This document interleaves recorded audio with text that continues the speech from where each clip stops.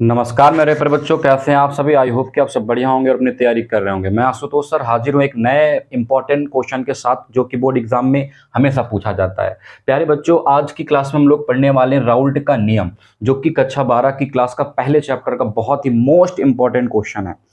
Raoult का नियम 4 number को देखने को मिल जाता है बोर्ड एग्जाम में, इसलिए इस टॉपिक को पढ़ना बहुत ज्यादा जरूरी है।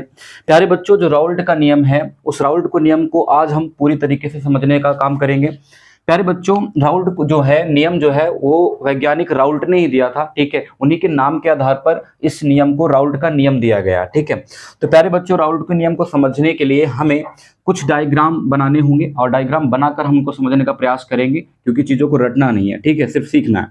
सबसे पहले बच्चों एक बात याद रखेंगे कि हमने एक बर्तन लिया। क्या लिया बच्चों? हमने सबसे पहले एक बर्तन ले लिया, और जैसे हमने वहां पे बर्तन लिया बच्चों, और बर्तन में हमने क्या रखा? विलयन रखा। क्या रखा बच्चों? विलयन। अब जो हमने विलयन लिया है वो विलयन कैसे बना होगा? दो घटकों से मिलकर बना होगा। मैंने विलयन में पढ़ा के रखा हुआ है कि विलयन जो होता है वो दो घटकों से मिलकर बना होता है। मान लो कि दो घटक कौन कौन से, ए है और कौन सा है बच्चों? बी है, ठीक है। यानी कि पहला वाला कौन है आपका बच्चों? आपका पहला वाला क्या है? विलेय है। क्या है? विलेय है। और क्या है? विलायक है। जो विलयन है उसके दो घटक हैं, एक है विलेय और एक क्या है? विलायक। क्या है बच्चों? विलायक है, ठीक है। मैंने जो यहां पर लिख के रखे हुए हैं। अब यहां पर देखिएगा कि जो ए नंबर वाला है वो हमारा क्या है? मान लेते हैं आपका विलेय है, और जो आपका बी नंबर वाला है वो क्या आपका? विलायक है। अब याद रखना कि यहां पर जो हमने ए और बी बना के रखे हैं, विलेय और विलायक बना के रखे हैं, याद रखना इनकी जो दो अवस्थाएं होंगी वो द्रव अवस्था होगी। अर्थात ए भी द्रव अवस्था में है और बी भी क्या है बच्चों? द्रव अवस्था में है। इस तरीके से द्रव द्रव का क्या बन गया बच्चों? विलयन बन गया। द्रव द्रव का क्या बन गया? विलयन बन गया। तो इस तरीके के विलयन को हम लोग क्या कहते हैं? द्रव द्रव का विलयन कहते हैं, ठीक है।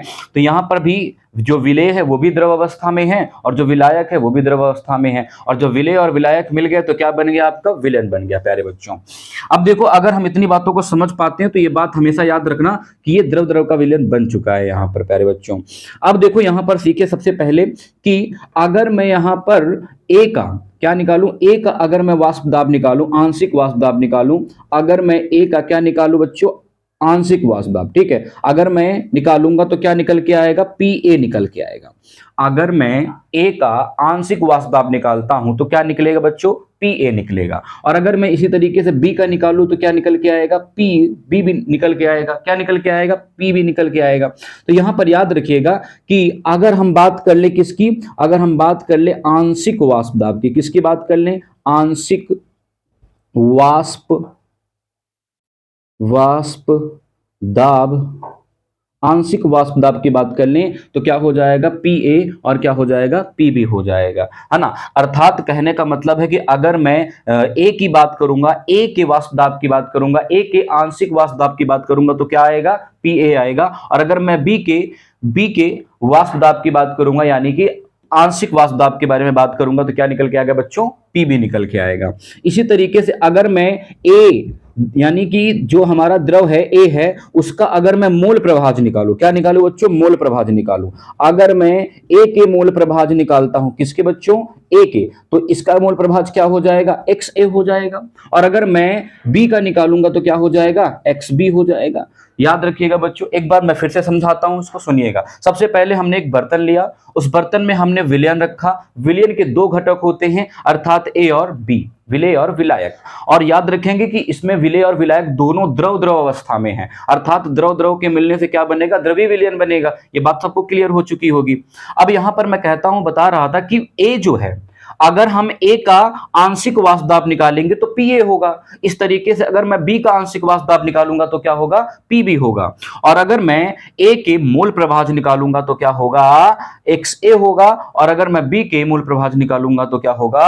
आपका एक्स बी होगा। ऐसा क्यों हुआ? क्योंकि ये कहता क्या है कि किसी द्रव द्रव के विलयन में उपस्थित, किसी द्रव द्रव के विलयन में उपस्थित, ठीक है, उपस्थित घटक के आंशिक वाष्प दाब, आंशिक वाष्प दाब और उसके घटक के मोल प्रभाज के क्या होता है बच्चों? समानुपाती होता है। यही राउल्ट का नियम था। तो एक बात याद रखिएगा कि किसी भी द्रव का विलयन जो होगा उसमें जो उसके घटक होंगे उनका वाष्प दाब, और घटक इसमें कौन कौन है भाई, एक ये वाला एक ये वाला, इनके वाष्प दाब कौन कौन से, एक ये है और ये है, और इनके ही क्या है मूल प्रभाज, ये हैं, तो इनका क्या होगा, जो हमारा समानुपात होगा वही हमारा क्या होगा, राउल्ट का नियम होगा। आइए इस चीज को समझने से पहले एक बात और समझा देता हूं, अर्थात कहने का मतलब यह है कि यहां पर जो आंशिक वाष्प दाब होगा पीए, ये समानुपाती होगा किसके, इसी के मूल प्रभाज एक्स ए के। बात समझ में आई क्या सभी को? ठीक है। इसी तरीके से जो हमारा आंशिक दाब पीबी होगा वो हमारा समानुपाती होगा किसके, एक्स बी के होगा। किसके होगा बच्चों, एक्स बी के होगा। ठीक है। अब मेरी बात ध्यान से समझना, यहां पर सभी लोग ध्यान से समझना, इसकी डिफिनीशन बनाते हैं प्यारे बच्चों। इसकी अगर डिफिनीशन बनाएंगे तो यही बनाएंगे कि इस नियम के अनुसार द्रव के विलयन में उपस्थित घटक के आंशिक वाष्प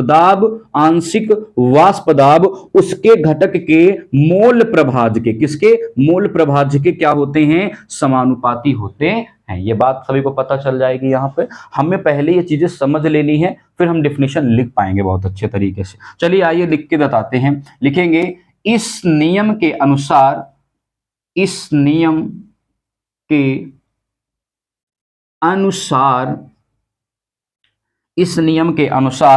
द्रव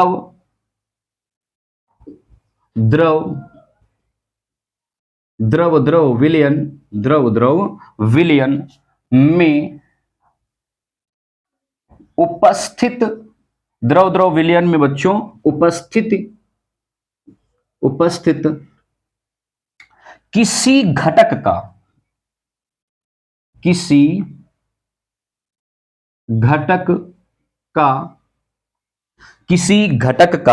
आंशिक वाष्प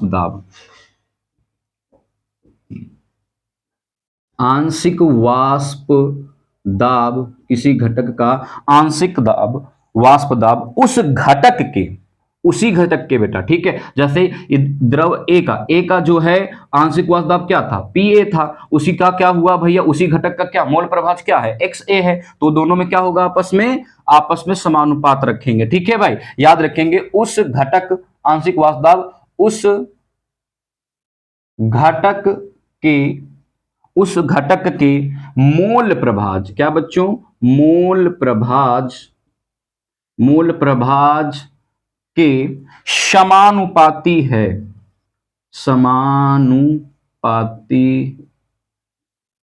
है।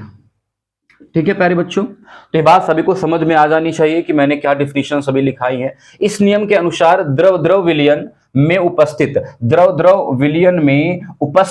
घटक कौन है भैया, यही है ए और बी, है ना। घटक का आंशिक वाष्प दाब क्या है भैया, एक, और बी क्या है, घटक है। तो ए का जो घटक है उसका आंशिक वाष्प दाब क्या है, पीए है, और बी जो घटक है उसका आंशिक वाष्प दाब क्या है, पीबी है ना। तो ये कहता है मैं उपस्थित किसी घटक का आंशिक वाष्प दाब उसके घटक के, यानी ए के ही घटक के मोल प्रभाज के, यानी ए का आंशिक वाष्प दाब पीए है और उसी के घटक जो है उसी का मोल प्रभाज क्या है, एक्स ए है। दोनों आपस में क्या होंगे, समानुपाती होंगे। अर्थात कहने का मतलब है विलयन के जो घटक हैं ए और बी, वो ए का घटक का आंशिक वाष्प दाब भी होना चाहिए, उसी का जो घटक का मोल प्रभाज होगा उसी के आंशिक दाब के क्या होगा, समानुपाती होगा, ये बता रहा है। ठीक है। और यही नियम जो है 4 नंबर का हमें एग्जाम में देखने को मिल जाता है प्यारे बच्चों। ठीक है। अब इसको इस तरीके से लिख के आएंगे, लेकिन अब इसको और कैसे बेहतर बना सकते हैं उस चीज के लिए लिखिए। इस चीज को आइए इधर बताता हूं कि कैसे लिख सकते हैं, ताकि अच्छी तरीके से सबको समझ में आए, जो आप लिख रहे हो उसको सब कोई समझ पाए। ठीक है। तो यहां पर देखेंगे क्या लिखेंगे, यहां पर लिखेंगे कि ए घटक का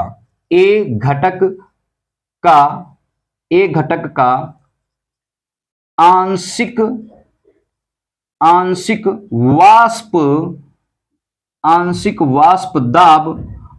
वाष्प दाब बराबर, बताओ ए घटक का आंशिक वाष्प दाब क्या है सर जी, पी ए है, क्या है, पी और ए है ना। तो याद रखिएगा, इससे क्या होगा, इससे समझ में आएगा, जो आपकी कॉपी चेक करेंगे भाई उनको समझ में आएगा कि ए क्या था। ए घटक है एक प्रकार का, क्यों, क्योंकि विलयन के 2 घटक होते हैं, विलेय और विलायक, है ना। तो याद रखिएगा ए घटक का आंशिक वाष्प दाब क्या है बेटा, Pa है। इसी तरीके से बी का जो होगा अर्थात बी घटक का आंशिक वाष्प दाब क्या होगा, Pb होगा। तो यहां पर लिख देंगे P घटक का आंशिक वाष्प